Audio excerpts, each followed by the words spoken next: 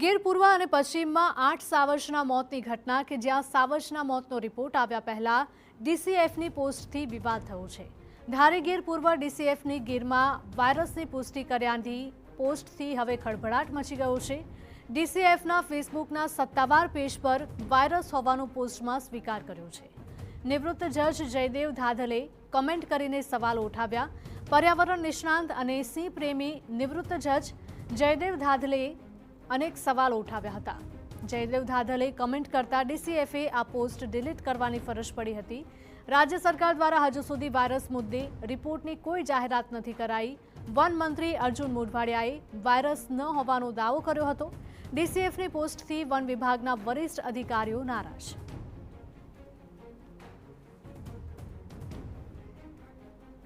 વધુ માહિતી સાથે અમારા સંવાદદાતા જયદેવ કાઠી જોડાયા છે। જયદેવ, જણાવશો કે એક પોસ્ટે હવે વિવાદ છેડ્યો છે।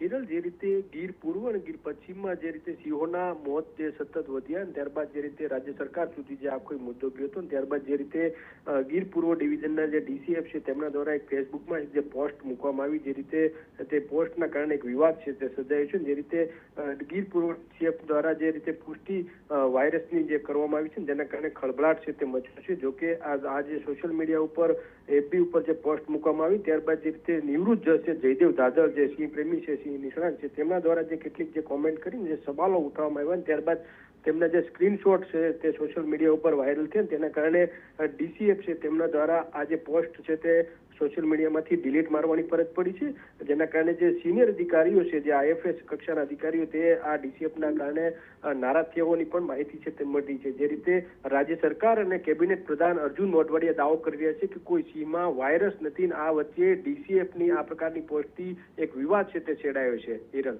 બિલકુલ જયદેવ, માહિતી બદલ આપનો આભાર।